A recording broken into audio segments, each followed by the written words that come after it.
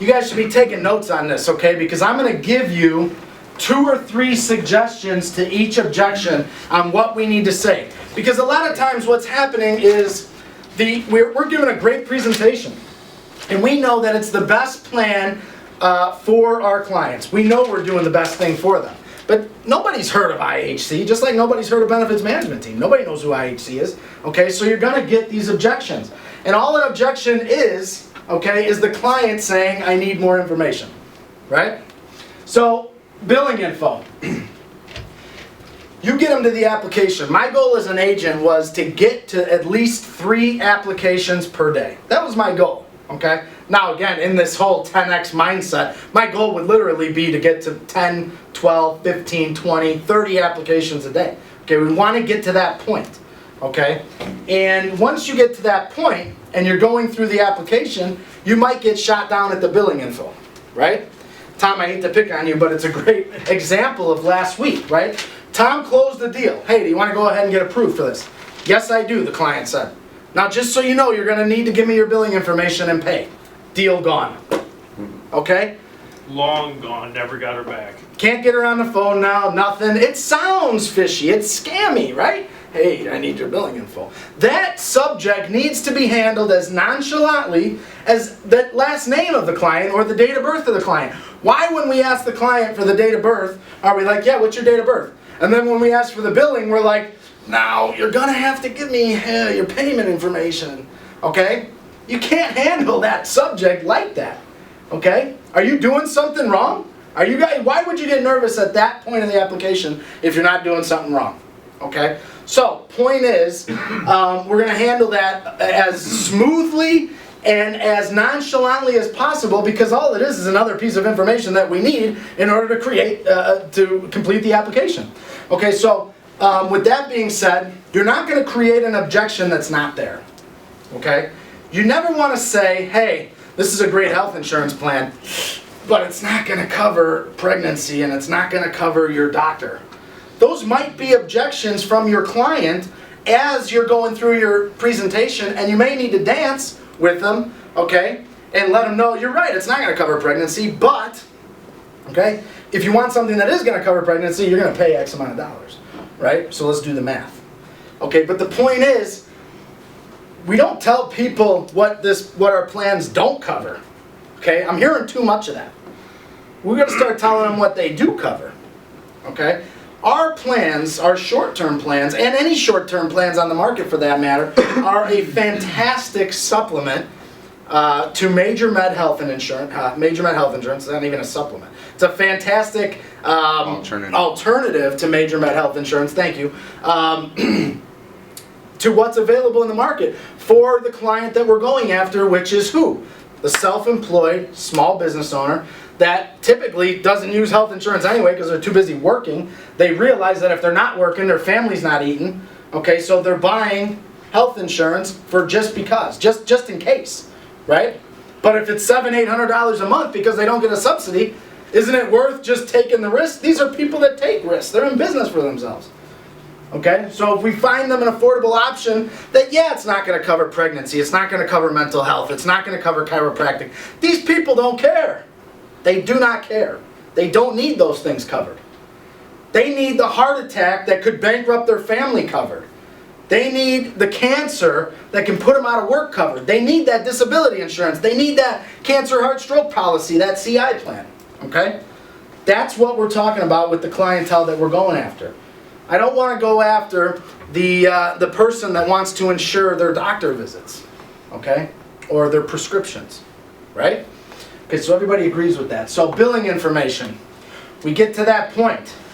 We haven't mentioned it yet. We get to that point. Hey, what do you want to pay with? They know they got to pay with something, guys.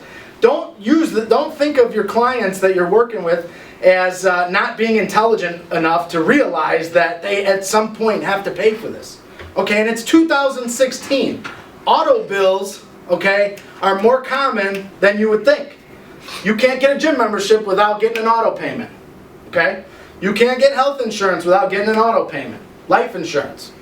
You know, less and less organizations offer that send me a bill option for clients. okay? And people are used to it, okay? So they know, after you close them on a $200 a month deal, they know that they need to pay for it. So we get to the billing information, all right? We're as nonchalant as we want as possible. Hey, Joe, the way you're getting paid for this is credit card, checking account, debit card, what do you want to use? That's it. Once you get that objection, okay, then you dance. What are the objections that we can get? What did we say last week? I don't have my card. I don't have my card on me. You don't have your card on you? Challenge them. Why do you travel without your card? Why don't you have your credit card on you? How do you not have a credit card on you? Right? Challenge them. Call them out. What, man, I don't have it. What do you want from me? Okay.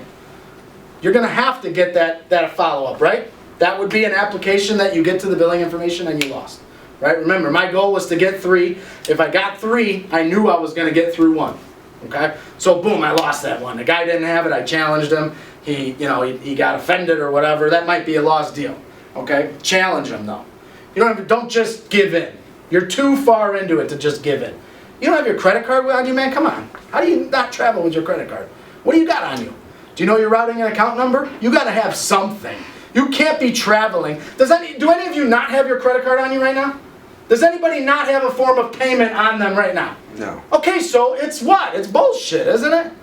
Okay, so call them out. You really want this or not, man? I really hope that we didn't just do this application for your family of 6, spend 20 minutes together, and now you're telling me that all of a sudden you don't want it because the billing information is due. Come on, man. Your family needs this. Reclose. Okay? Next objection, billing info. What do we got? I get this a lot. I get paid on Friday. I get paid on Friday, right? That was one that we talked about last week. I don't have the money right now. I get paid on Friday. No problem. We can post date that, can't we? Get the billing information, and we'll put it through on Friday.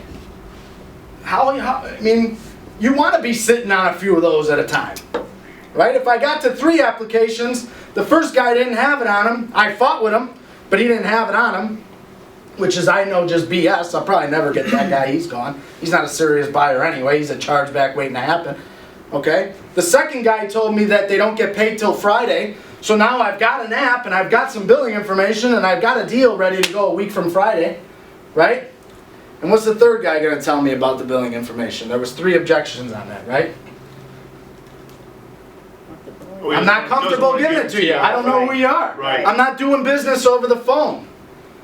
Why do you think that we are going to bombard the internet, the YouTube channels, the Facebook pages, the Twitter accounts, the Google pages, the this, the that, the email campaigns, the text message videos, okay? We're going to be bombarding these people so we take that objection right off the table.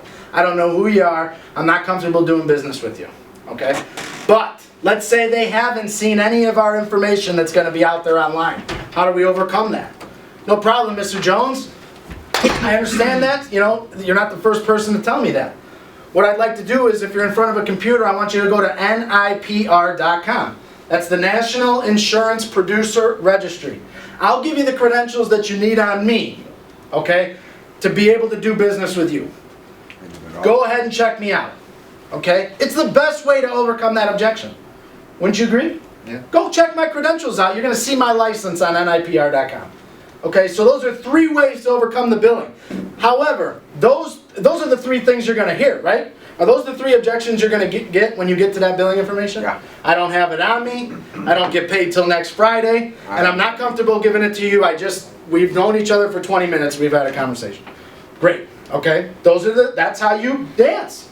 But you don't dance with the billing information until it becomes an issue, because if you get through the application 3 times, or get to the application 3 times, and I hear 1 of 3 objections, I got 1 deal that's waiting to be put in a week from now, and I got another guy that as soon as they check my credentials, 9 times out of 10 I'm going to get them as a deal. Right? They're going to be my client. Right? Okay, moving on. Spouse. Spouse objection. We learned this from Cardone U already. I love it. Right? Usually, there's organizations out there that forbid you to make presentations to a man or a woman if their spouse is not there with them. Right? It's called a one-legger. Right? They don't want you to make one-legger presentations because the rate of closing them is so minimal. okay? But if you're talking to the business owner, the self-employed individual, and you're presenting this policy to them, man or women, a lot of couples now, the woman makes the decision, it's 2016, okay? Women wear the pants in relationships all the time. I see it all the time. Not in my house, but I see it all the time. Okay, so anyway, you know, spouse objection is huge. I got to talk to my wife. Throw it out there. What do you have to lose at this point? BJ, what if your wife says no? Jim, what if your wife says no? Jim's like, then the answer is no. Hey, if my wife says no, the answer is no. You're going to get that, right? And when you throw that answer out there, some clients are going to say, well, hey, it's no, right? But other clients are going to say, well, I wear the pants. My wife doesn't make the decisions, it's my money. It's going to happen. There's only two ways a guy can respond to that. Well, if my wife says no, then it's no. Or if my wife says no, don't matter because I make the decisions. If you get that, boom.